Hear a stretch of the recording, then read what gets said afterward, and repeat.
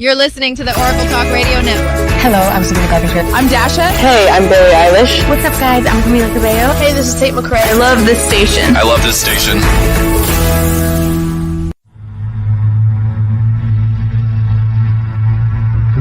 You're listening to Chasing Prophecy Radio, where we discuss anything and everything beyond the scope of normal. On the Oracle Talk Radio Network. Broadcasting live in Pittsburgh and Philadelphia. If it's unexplainable, we're talking about it.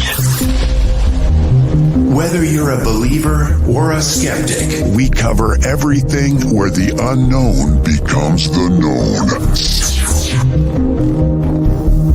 And now, here are your hosts, Jennie, Nicassio, and Tom Callway.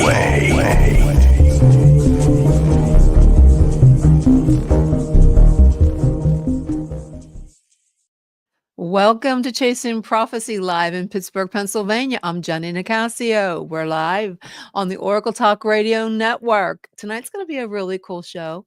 But first, before I get into that, I just want to say we have a new Pope. And I'm Catholic, so it means a lot to me. And the fact that he's American, that's even better. So we'll discuss a little bit about at the end of the show with, I have a wonderful guest tonight. So a man dies in a brutal crash, loses his wife and his child. But what happens next will leave you questioning about everything. Jeffrey Olsen saw the other side and he heard voices, felt peace, and returned with a message from beyond. And this isn't just a near-death story. It's a wake-up call for the soul. So don't miss it, you guys. We're broadcasting live on multiple platforms on the Facebook page, YouTube, Rumble.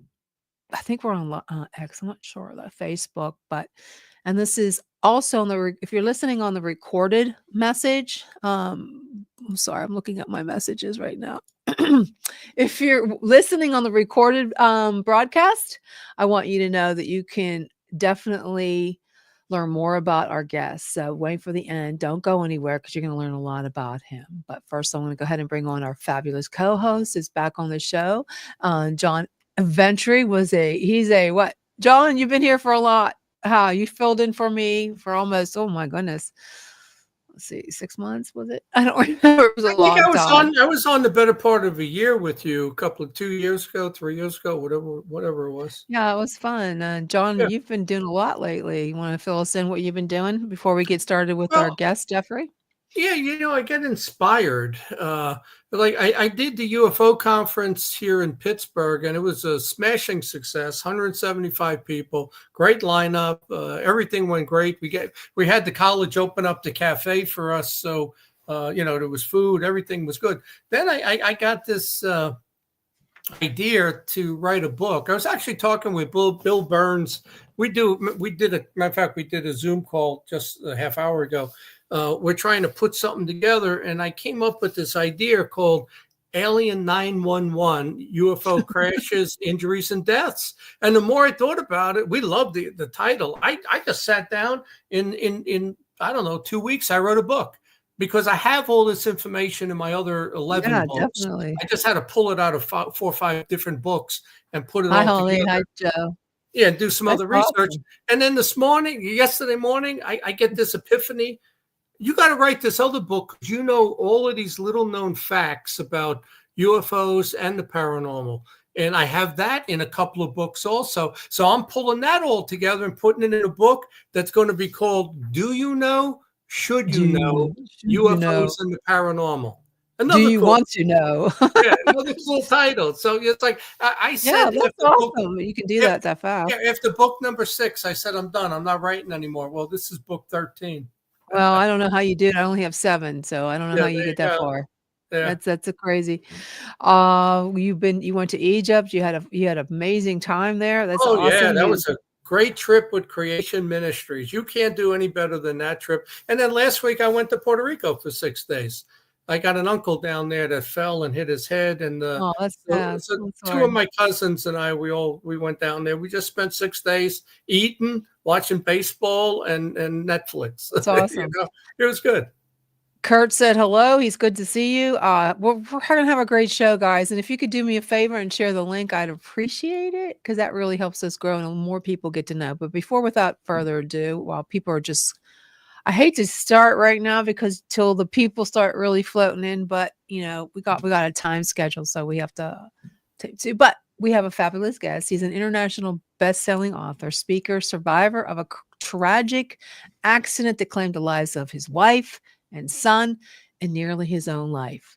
And after flatlining in the ER, Jeff experienced a profound near-death experience that took him beyond this world. He encountered divine beings, felt overwhelming peace, and received a mission to return. His story has been featured on Fox Nation, Gia TV, I think I'm saying that wrong, Coast to Coast AM, and more.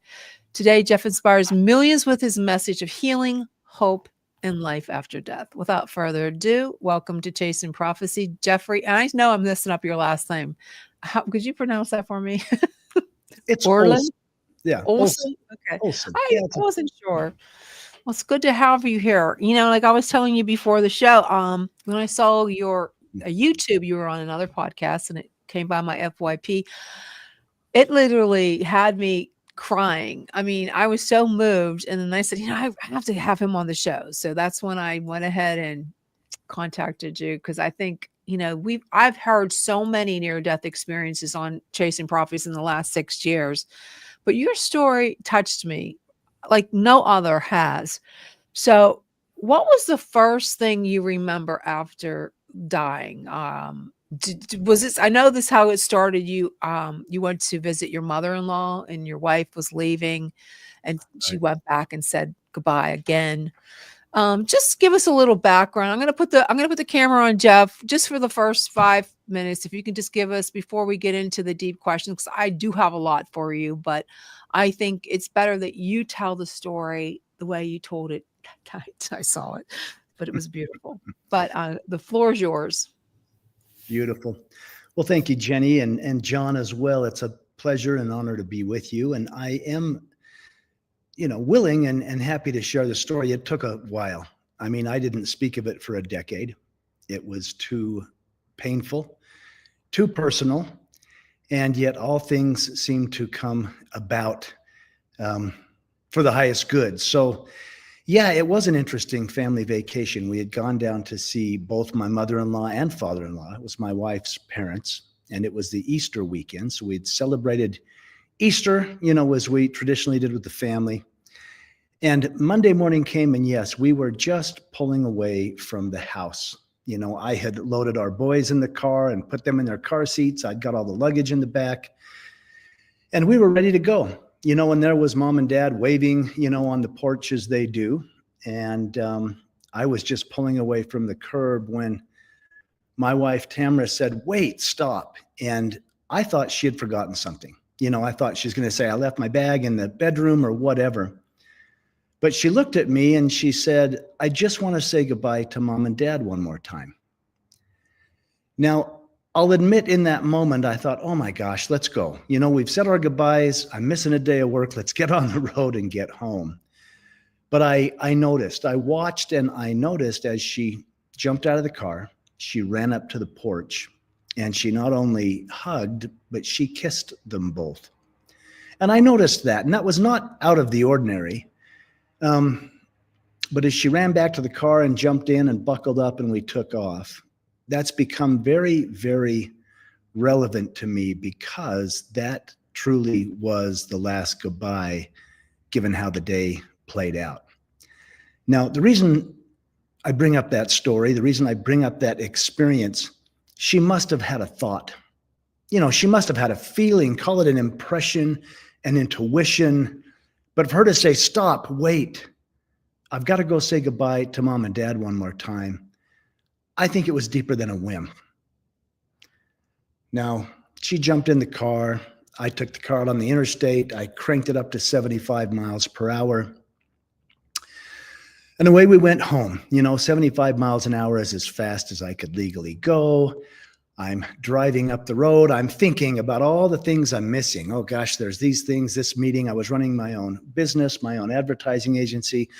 A lot of moving parts. And that's where I was just in my head thinking. I mean, I trust you've done that. It's that to-do list, as you're driving down the road. And there was reports of crosswinds. There was reports of a pickup truck that was driving erratically on the interstate. One of the hardest parts of sharing this story is I believe what actually happened is that I think I just dozed off for a second, just nodded off. And there's no excuse for that. I mean, I was a young man. I was only 33 years old. I was a young father. I was running a business. I was working those 12, 14, 16-hour days. Doesn't matter. I believe what happened is I just nodded off for a second.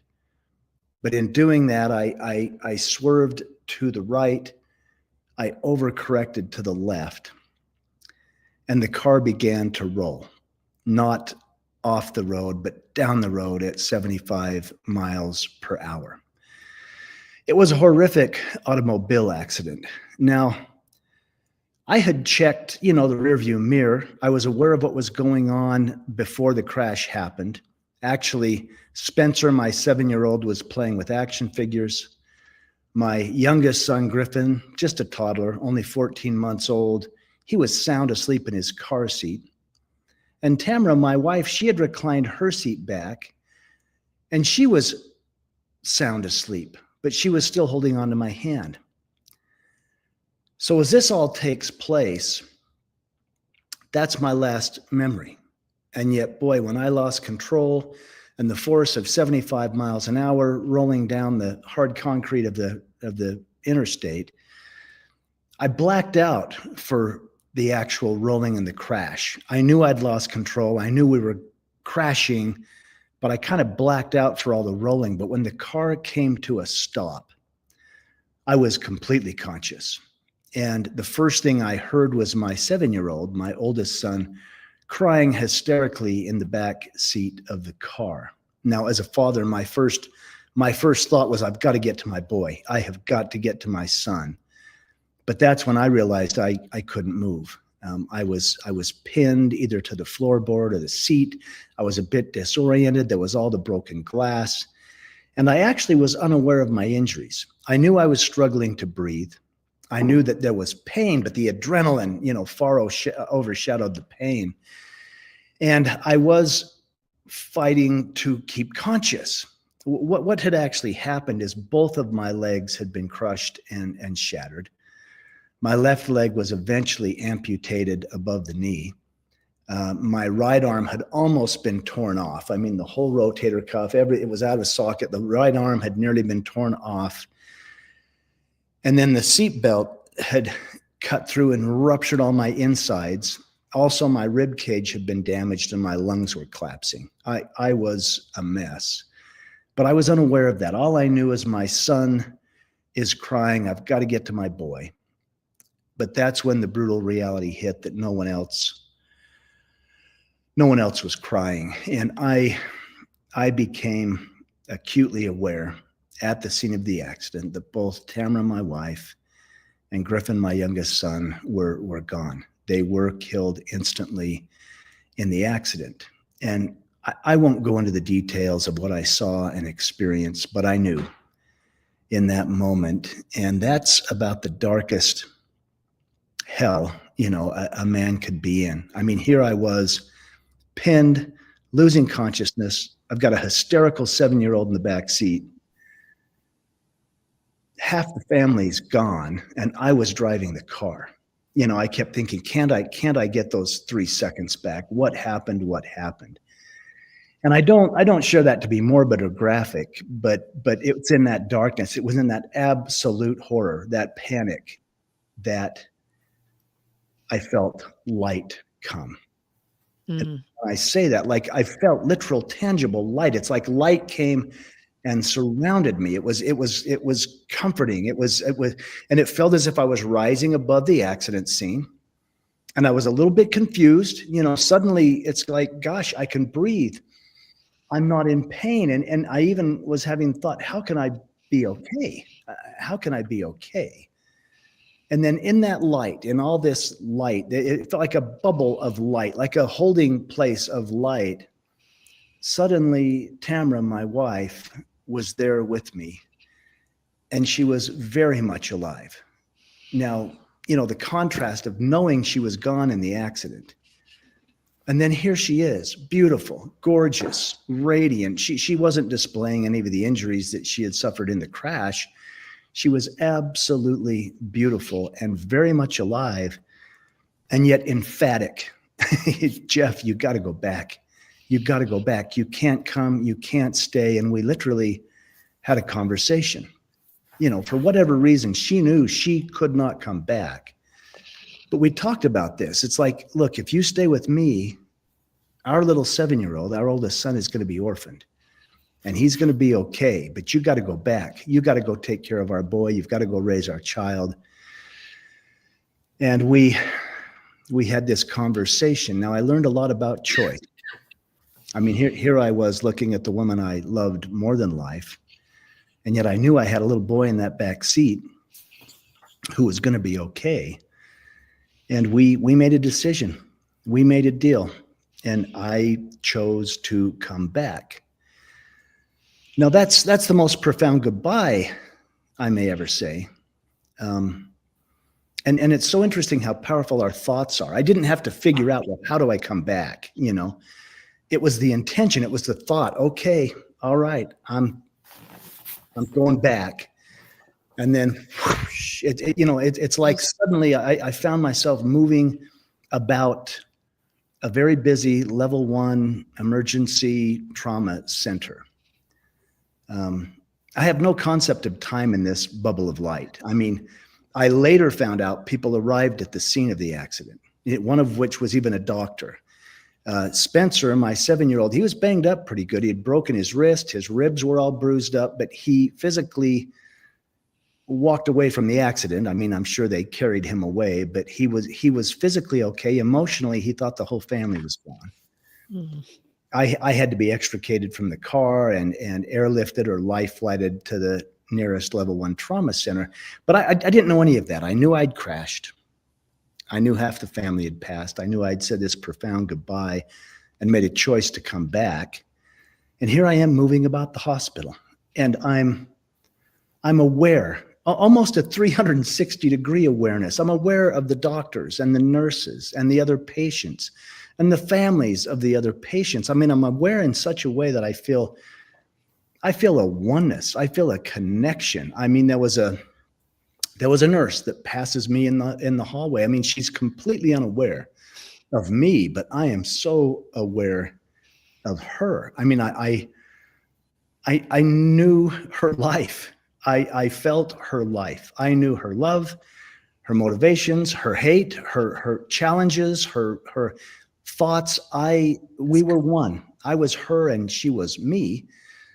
And I even felt and was aware of the abuse she'd received as a child. Like, wow, I felt the abuse she had received as a child. But in that same instant, it's like I saw her magnificence. It's like, look at her, in the hospital, helping, healing, serving. And this was true of everyone I encountered. Just this absolute connection, this oneness, and this magnificence. I felt I'm seeing them as God sees us, as the divine views us. I grew up in a conservative Christian home. I even had a biblical verse come to me in that moment, which was the famous verse where, Jesus said, "In as much as you've done it unto the least of one of these, you've done it unto me." And, there was the question, well, how did we do it to you? Well, when I was hungry, you fed me. When I was naked, you clothed me.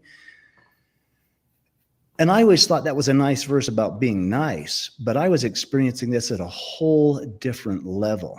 Then I realized, oh my goodness, now I see the layers of what was being communicated there. I am them. They are me. We are one. And perhaps when Jesus was saying that, he was saying, I am the man in prison. I am the beggar in the street. I am the stranger that simply wants acceptance. And that's what I was feeling. It was a complete oneness. Words are difficult, perhaps, to explain this, but I was one with everything around me, and I was seeing it at a much higher perspective. That's until amazing. it changed me. It changed me. And I was experiencing this until I came upon a body, a man laying on the gurney that I didn't feel that from, which I thought was strange. And that's when I stepped closer to look. And that's when I realized, oh my goodness, that's me. I mean, that wasn't me. I was having this connected, profound experience, but there was my body. And I knew I was to get back in, and it was a mess. I mean, it was an absolute mess. I described the injuries. And I had this reverence. I had this realization. It's like, wow, I always took it for granted. I never even thought about my heart just beating on its own. I didn't have to think about my lungs breathing. I didn't have to teach my eyes how to see. I was looking at this miracle machine of a body and thinking, wow, how did I take it for granted? How did I not honor even more this magnificent skin suit that we have our life experience in? And yet it was a mess, and I had to get back in. And again, I didn't have to figure that out. It's just like, okay, I'm going back in. I've made the choice. I'm going back in. I gave my word. I got to go get well. And boom, then I'm back in the body, but back to the denseness, the heaviness. I mean, the pain, the trauma, the sorrow, the guilt, the regret. I mean, all of it was so heavy, so heavy. Jeff, tell me, when you were there, and you said the question I had before was, what was the very first thing you remember after, I guess, you were dead, so you died? What was the very first thing you remember after that? Well, the first thing was Tamara coming, my wife, and having this communication. I mean, that was the first thing I remember. Or it was the surprise of, wow, how am I okay? What just happened? So the near-death experience, that portion was positive. That portion was very positive. Yeah. And there's more to it. I mean, I had profound things happen. I mean, I was in the hospital for almost 6 months. I mean, I had 18 surgeries and all putting me back together. I was in ICU for a couple months. I mean, I had horrible infections. I was throwing pulmonary emboli, the blood clots that lodged in my lungs. There was a profound experience that's of interest too. When I was life flighted into this trauma center, there was a doctor and a nurse that also had a profound experience at the same time. And the miracle is that they came in when I was out of ICU and in surgical recovery. They came to see me, and they shared what had happened, which is probably a miracle. They would tell you, we were moved upon, like we were nudged by spirit to go tell you. They didn't know me from Adam, but both the doctor and the nurse told me they experienced my wife's soul, or her spirit, in that operating room, in that arena. And I hadn't, they didn't know I had a profound experience. And they simply came in, they said, wow, it's good to see you're doing better. We didn't know if you were going to make it. There was small talk at first, but then the nurse started crying. And she said, we got to tell you why we came. And she shared that they had experienced my wife's spirit in the operating room. And I immediately looked over at the doctor, and he said, yeah. And his name is Dr. Jeff O'Driscoll. He's written books on this now, but he said, I saw your wife's soul. Oh my. She communicated with me. And I said, what did she communicate? And he said, she simply shared her gratitude for everything we were doing to save your life. And I burst into tears. I said, of course she did. That's exactly how she is. But they didn't know I'd made this deal. They didn't know I had made this deal to come back, and that I had to live, to raise our son. And so there was little things like that, which, are somewhat unique. I mean, I know what the skeptics say. Well, you were injured, your blood was, not running through your brain, the oxygen shut down in your brain, you were hallucinating. But the profound experiences were at the scene of the accident like that. And then probably even a more profound experience was at the end of my hospital stay. So, I was on morphine and everything else during those traumatic times in ICU. But then at the end of my hospital stay, when I was off of the heavy narcotics and just about ready to come home, I went to sleep one night in my hospital bed, and I was finally able to lay on my side. They had repaired all the abdominal injuries. They had put a colostomy bag. But anyway, even those abdominal injuries had laid open for months because of the infections. They had to heal it from the inside out. But I could finally lay on my side, which is my natural way of sleeping, and I fell sound asleep. And it's funny, I'd laid so long on my back, I'd rubbed all the hair off the back of my head. My head was bald, and I was still grieving so miserably. Just grief. It's a heavy one. But I fell asleep. I went into a deep sleep, and the strange thing is I was conscious. I was aware that I was sleeping peacefully. It's like, wow, I'm really sleeping peacefully. I don't know if I've slept peacefully for months. Certainly I slept and was unconscious. Yeah. I was aware in my sleep, and that light came again. The same light as at the accident, this healing, tangible, powerful light. And again, it felt like I was rising above the hospital bed. But this time the light, it like dispensed, it went away. And I was just in the most beautiful place. There's what people say, heaven, the spirit world, the other side. Mm-hmm. The only word that comes close to what I was experiencing is I was home. I was home. It was so familiar, so welcoming, so beautiful. And I was whole. I had both legs, both feet, and I joyfully began to run. And it was interesting because it was such a physical experience. Like I could wiggle my toes. I could feel the energy. I could feel the life of the ground beneath my feet. I could feel the intelligence in my calves and my thighs. And I'm like, I'm home and I'm whole and I'm joyfully running about and feeling it in a very, very physical way. And then I just had the knowing I'm not here to stay. And at that point, there was this corridor, off to my left. And I knew intuitively I'm to go that way. And so I began making my way down that corridor. And at the end of the corridor was a crib. Now Griffin, my youngest son, just a toddler when he passed, he was still sleeping in a crib. And he was sneaking out of it and up to mischief at night and all that goes with it. But when I saw this crib, I thought, could it be? And I rushed to the crib and I looked in, and there he was, sleeping as beautiful as when I'd glanced in the rearview mirror. He was beautiful. He was healthy. And, as a father, I swept him up. I wanted to hold him and I picked him up. And again, it was so physical. I don't know if you've ever picked up a sleeping child, but there's a weight, there's a heat to him. And I was experiencing all of that. Like I'm holding him against me, and I can feel his ribs expanding, and I can feel his breath on my neck. And I leaned over and I smelled his hair, like all of the senses. I'm like, that's my boy. I'm smelling his hair, and I began to weep holding him. And as I was holding him, weeping, thinking, wow, do I really get to hold him one more time? Do I really get to be here with him?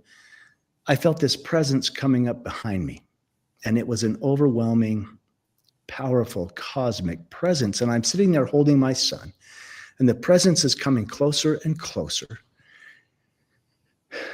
And given my upbringing, I'm thinking that's God. And the guilt began to bubble up in me. I'm thinking I'm holding my boy, and he's here because I crashed the car. He's here because I dozed off, or I overcorrected, or I screwed up, and his life was cut so short. And, this presence is closer and closer till it's right behind me. And I'm having all these guilt feelings. And as I felt the presence right behind me, and I'm weeping, holding my son, and just grieving over all that had taken place, I had this thought. And the thought was, I hope I can be forgiven. And that's when the whole lid just came off. Like there was a download. And it felt almost physical too. It's like these divine arms just wrapped around and held me and my boy. Wow. There was just so much love, so much peace, so much trust, so much. That was God. Yeah, that's what I call God. I was still afraid. I didn't want to turn around, but I was feeling this. It was almost as if we became one. It's like, wow, we just melded in. And this thought I had of, I hope I can be forgiven. The first communication was, there's nothing to forgive. Everything's in divine order.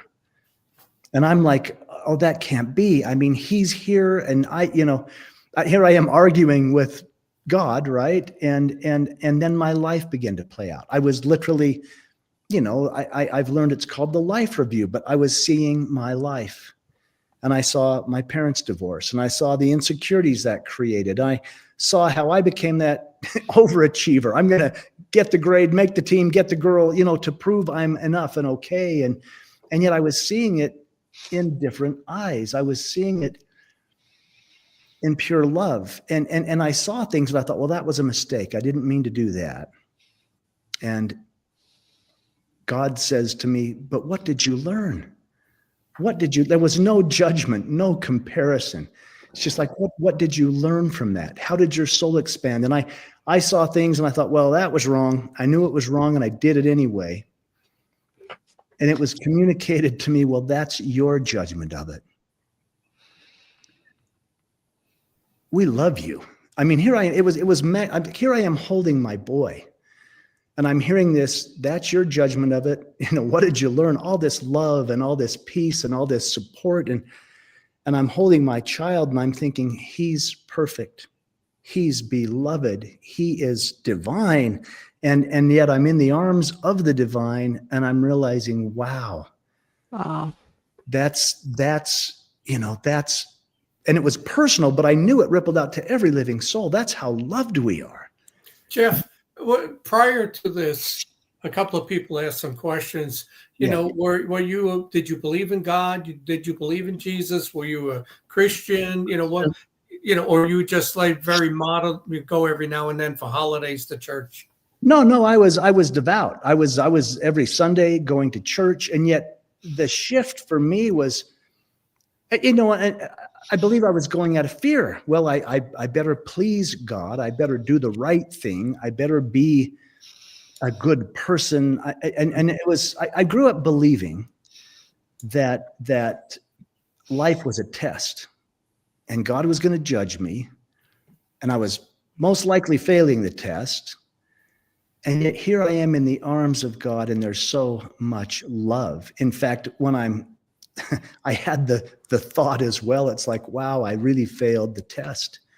I crashed the car and half the family died. I've really failed the test. And the community. Would you say right now that you're a reborn Christian? I might say I'm expanded. Yes. This expanded everything. And yes, I'm still, I'm still very much a Christian, but I see the beauty in Buddhism and in Hinduism and in Judaism. I mean, I realized in the arms of the divine, we're far more alike as manifestations of the divine than we are different. I mean, we all have these belief systems and these things that we hold on to, but somehow in those arms, it's like, wow. I mean, here I'm holding my son who's just a toddler, and he's learning to walk and he's wandering about and he's slobbering and bumping his head. And I felt so much love. It's like, wow, maybe the whole universe just celebrates. Look at my children. They're learning to walk. And I felt so beloved.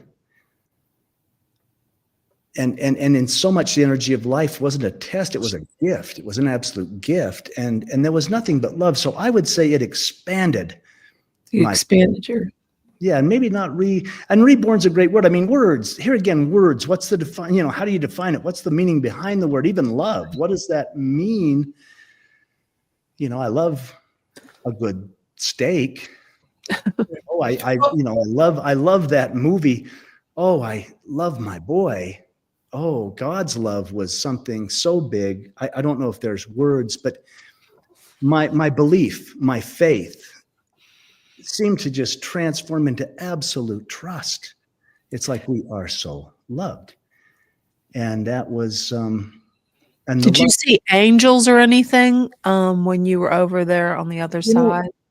That's such a beautiful question. It felt like, and I've attempted to explain this. Now, I had encountered my deceased wife. I had encountered my deceased son, who both were very much alive.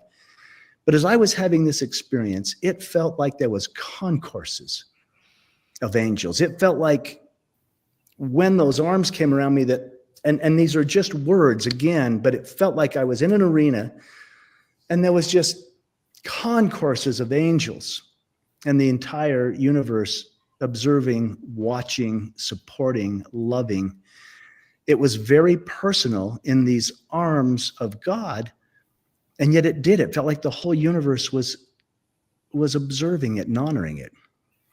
Have you read any books about near-death experience? I read a couple of years ago. I think it was Peck was the psychiatrist. He wrote a couple of really good books.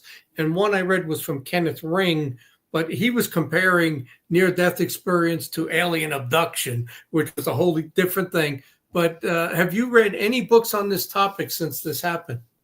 I have. Now, it's interesting because I held it very tight for a while, and I wasn't even sure what a near-death experience was. And I did eventually read a book. It was, it was Return from Tomorrow by George Ritchie, I believe, was the first near-death experience. And I was like, oh, wow, wait a minute. That sounds a little bit like what maybe I experienced. Now I've read many at this point, but I wrote my own personal memoir, and when that came into the space, it's like, well, I don't want to be influenced. I've got to keep this pure. Yeah. But now, and I've become friends with people like Eben Alexander and Anita Morjani and Dr. Mary Neal, and I've read all kinds of near-death experience books, and they're as unique, our experiences are as unique as our lives are. Yeah.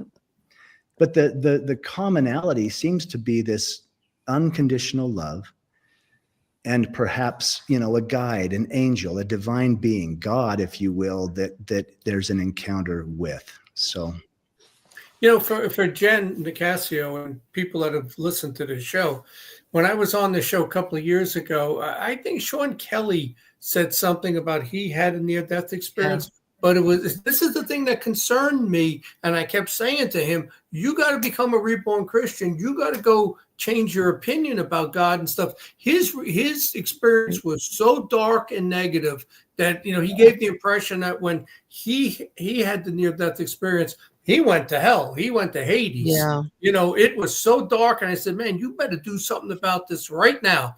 And it seems like in everyone's life, something happens, more traumatic for you than most people, but there's that opportunity where you turn to God, and that's where I said reborn. You could be the best Christian, but something will happen where you now are 100% and you're reborn. And I think Jesus even said that you have to get reborn at some point. Yeah. And people get that chance. Yours was the most traumatic. Yeah, maybe I'm thick-headed, John, and I had to really get kicked in the head to get it. But I'm not opposed to reborn. Yeah, reborn, renewed, expanded, whatever words you want to use. But yeah, it really did open up, and there was something that happened that I hesitated to share for so long, and I can talk about it tonight, but. In those arms of God, this was really, I got a tutorial on choice, because here I am holding my son and I'm in those divine arms. And what was communicated to me, and here again, I often hesitate to share this, but God said to me, I want you to exercise your will. Free will. I'm like, my will? It's your will be done. I've known this since I was a child, and I had been kind of in that energy of, why would you do this? Why? And God says, I want you to exercise your will. And it was communicated. There were words spoken, but a lot of it was just pure energy. I was told, you could be mad at God your whole life, because this happened and this was allowed to happen. And where was God when, I dozed off at the wheel and I was told that's okay. You're loved anyway. And you can also beat yourself up for the rest of your life because you were driving the car, and that's okay. You're loved anyway. But then I was given a different choice. I was told, you can choose to give your son to me. You can choose to trust and hand him over. And maybe it won't feel like he was taken away. In fact, you can give both your wife and your son to me, and therefore exercise your will. And I'm like, but it's your will be done. And what was communicated in this, God said, my will is your will. That's how much you're loved. My will is that you have free will, that you get to choose. And that blew my mind. And yet in all that love and all that beauty and all that peace and all that oneness, I kissed my little boy and I handed him over. Yeah. Choice. Yeah. In the research I've done on this, there are a number of things. It's like 6, 7, 8 points I remember. Is that it's near-death experience is something that happens one time, right? Obviously, how many times you're going to go through a traumatic accident or fall out a window. So it happens one time. It's a positive experience. Well, 93% of the time you meet a relative and it's a very positive experience. You're given a choice to return. There were a number of other factors, but you've hit on every one of those. This is exactly what happens in near-death experiences. Yeah. Wow. And it's funny. I mean, my friends say your own wife kicked you out of heaven, brother. That's what happened, but it was for a cause.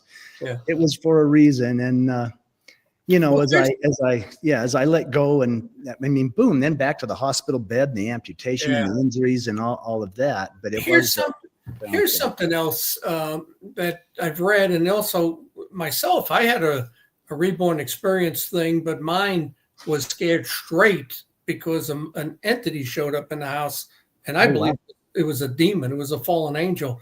But I hadn't been in church in 20 years, and it scared me straight. I became a reborn Christian. But on the contact, I started having the ability of premonitions. I knew when my first grandson was born, I was waking up, and a woman said, he's in a field of butterflies right now. And I wake up, I look at my phone. Oh, no, your daughter's in a field of butterflies. Look at my phone. My daughter said, she's at the hospital. She's in labor. So, and then later when I went for the baptism out in St. Louis, after it was done, we were getting in the car. I had this overwhelming feeling we're getting in an accident and this child is going to get hurt. And I wish I would have said something. I knew this was going to happen. And I said to my daughter, put a pillow on the side of his car seat and I'm going to ride with you. There were 4 of us going to the sister's house. We're the third car. We go through the light. I turn to the left. Here's a car running the light, T-bones us right on the kid's side. But it hit right at the doors. So that was the strongest point. The baby cried like your son that survived, and everybody else had whiplash, but he was okay. But I've had so many of these paranormal experiences. They've kind of faded away now because that was back in 2018. And so did you have any abilities that you're still connected to the spirit world? That's what I was going to ask. Yeah, no, it's a great question. And yes, I did. Now I'm a normal guy. I get up, I still go to work full time, but I have had, if I have gifts, I've had dreams and visions of my loved ones. I mean, gosh, Tamara comes to me or has come to me in dreams. Griffin, my youngest son, has come to me in dreams. And when I say visions, I may not have been sleeping, but he's so present. And he doesn't come as a toddler. He comes as a full-grown, almost guardian angel. Oh. And so that's happened. Maybe the biggest gift is I just came back with perhaps a deeper capacity to love and more compassion and more empathy and just seeing the little things as big things. I mean, people have said, oh, you must have been spared for some great cause. And I'm like, yeah, to play catch with my son. That's exactly what I was going to say. to watch that sunset or that butterfly or that flower or that snowstorm. I don't have that gift, John, of seeing the future. I have had premonitions. I have been warned of things. I have been comforted in things, but that's just it. We all have different gifts. It's the uniqueness, the feet can't say to the head, I have no use for you. I mean, we all have different gifts, and then together we are whole. Well, you said something important also when you did your life review. Well, that's another one of the factors is there's this review of your life that happens in near-death experiences. But you said that the Spirit or God was saying to you, what did you learn? Here's your life. These are the things you did. What did you learn? This is, for me, it's like, what other questions did he ask? Because I'd like to know, Here's the interesting thing, and this was something that was communicated to me, because I was very much, I was a little bit frightened. I mean, I had this fear. I didn't dare turn around. I also was looking at things and experiencing so much love. I was asked a question, and this is the only question I was asked, beyond what did you learn? Well, that's your judgment. But the one question that was so resoundingly powerful was, I was asked, to what degree have you learned to love? What degree have you learned to love? And that's, I'm gray now, and it's been 28 years since the accident. I couldn't even speak of it for a decade. I'd just cry.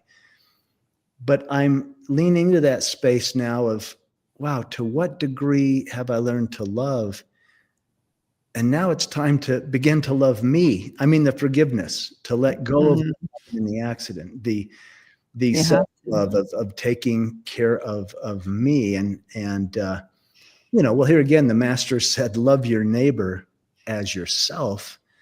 And it's like, well, no wonder I'm angry with the neighbor if I can't even love myself. Then I can only give what I have within me. And so I'm still learning. I'm still learning from that experience 28 years later. And I think what I'm learning in this portion or chapter of my life is self-love, to love myself a little bit more. That one commandment, to love thy neighbor as yourself. You know how many times I've gone to bed and I've said to God, say my prayers, Jesus, I just can't do that one. That's a hard one. It's impossible because people always betray you. My life is so void of love right now. It's almost everyone in my life has betrayed me at some point. Good friends, everybody in the political field, in the UFO field, and I just say, it's like, I can't find neighbors and friends anywhere, at the gym, anywhere, that I trust them, because something will happen and I find out they betrayed me. That is the one commandment that I just tell God I can't do it. I know betrayal. I do know betrayal. Yeah. And John, that's a tough one. And maybe it's only maybe that's postgraduate studies. It's like, okay, we passed high school, we might have a degree, but now we get to step into the postgraduate studies. Yeah. Jeff, what do you say to the skeptics who think it's some kind of brain chemistry thing that happened and you didn't really die? I really have no agenda. I don't care if they believe it or not. I'm not. I mean, it's interesting. I was never going to share this, and there are skeptics, and I'm pretty thick-skinned. It just rolls off. And I say, this is very real to me. Yeah, but I had Spirit whisper to me about 10 years after the accident. I was told, share your experience and others will heal.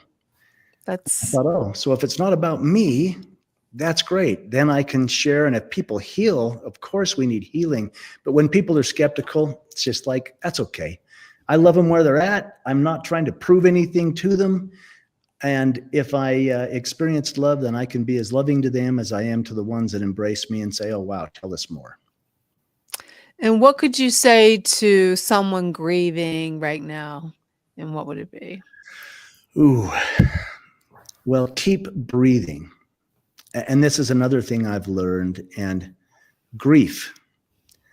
Grief may be the most magnificent manifestation of love. Grief is love. We only grieve because we love so deeply. Our grief is so painful because we loved so powerfully.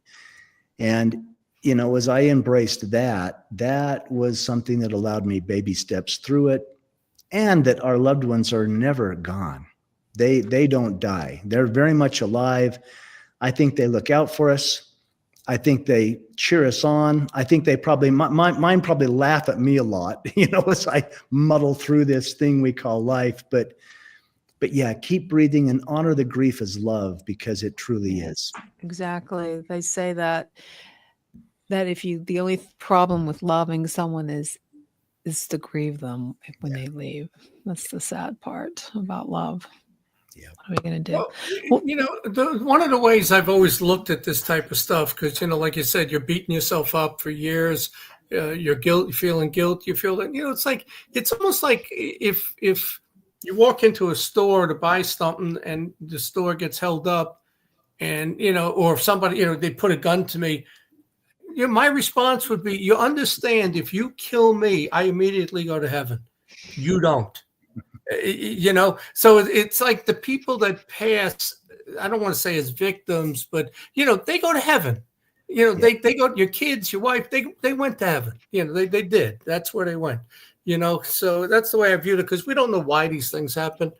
But the person that I would just use the term victim, whatever, they went to heaven. That's where they went, so that's the way you got to look at it. And you were basically told that, give them to me and I'm taking them to heaven. So, so they're okay. They're okay. And your son needed his father. Well, that's why. And you needed to be here, Yeah. Well, Jeff, I want to thank you so much for coming on Chasing Prophecy. It was a great time listening to your story. I mean, it chokes me up every time I hear it. And is there any time left, Jenny? Yeah, we have a few minutes. I just want to throw out there, because I know people watch this show are into the paranormal, they're into UFOs and that type of stuff. But in one of the things, I did an analysis of, I mentioned Kenneth Ring. He looked at near-death experience and alien abduction, and I did a analysis of like demonic infestation versus near-death. And the demonic infestation and the alien abduction had 70% overlap of the things that happen, and they were almost totally opposite of the near-death experience, and just from what I can remember. So you have, let's say, the alien abduction or the demonic, experience, infestation. So what happens is, the near-death experience, you're met by a relative, right? Mm-hmm. And it's positive. The other two, you're met by some sort of creature, and it's negative, right? You get a choice to come back if you have an alien abduction or the demonic infestation. There is no choice. It almost like claims you, and it's really, really hard to break this tie to it, And there were so many factors there that those two, which is what we talk about a lot, and I write my books on, they're so negative, but the near-death experience, it's positive. You meet relatives, you get a choice to come back. You don't get any of those choices. Not all the time, though. There's some, I've read some scary stuff about people who pass and go the other place. But it's not a lot. It's only 7%. It's 93%. It's a positive experience. Near death. Well, depending, they might be a very bad person. Well, I mean, I have a friend, or we've had an association. I've sat and had dinner with him, Howard Storm, and he had a very negative, hell-like experience, but then was delivered out of that, and it changed his life. It changed him after that. And I think maybe the bottom line is, wow, whether these alien abductions, these negative things, these demonic things, these very heavenly and these things of light, these divine things, maybe we can just embrace that there's something bigger than we are, and we get to choose Mhm. and can't control what goes on in the world. I can only control how I respond to my experiences. And if I respond in a way that is love, then I expand, I increase, I go. And this is a bit off topic. Here I'm in Utah. I'm in the Wasatch Back up, in the Wasatch Rocky Mountains of Utah. We've had UFO sightings all week long. I mean, it's been Really? it's been people videoing it. I've had. I'm gonna have to go. You have any videos? Send them to me. Well, I will. I'll send you the video. There was a thing. There's been these bright lights in the sky. I had dear friends say, "Go outside and look up." And I saw them with my eye.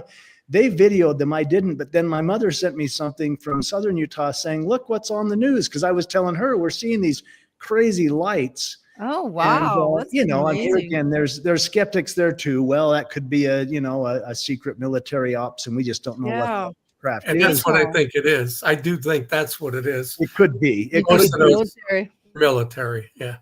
Yeah. So anyway, we've had strange lights in the skies and in the skies of Utah. Are they like the drones that people said they on TikTok? They were all talking about drones, like about what was that in the wintertime? Yeah, I don't know. Early in the year, that was back in January. Yeah. Yeah, but like I say, I embrace it. There's something bigger than we are. I don't have all the answers, and I'm still learning. And who knows, what all that looks like. That's bigger than who we are and what we know. It's a lot of stuff. It's mind-boggling. It's mind-boggling at times.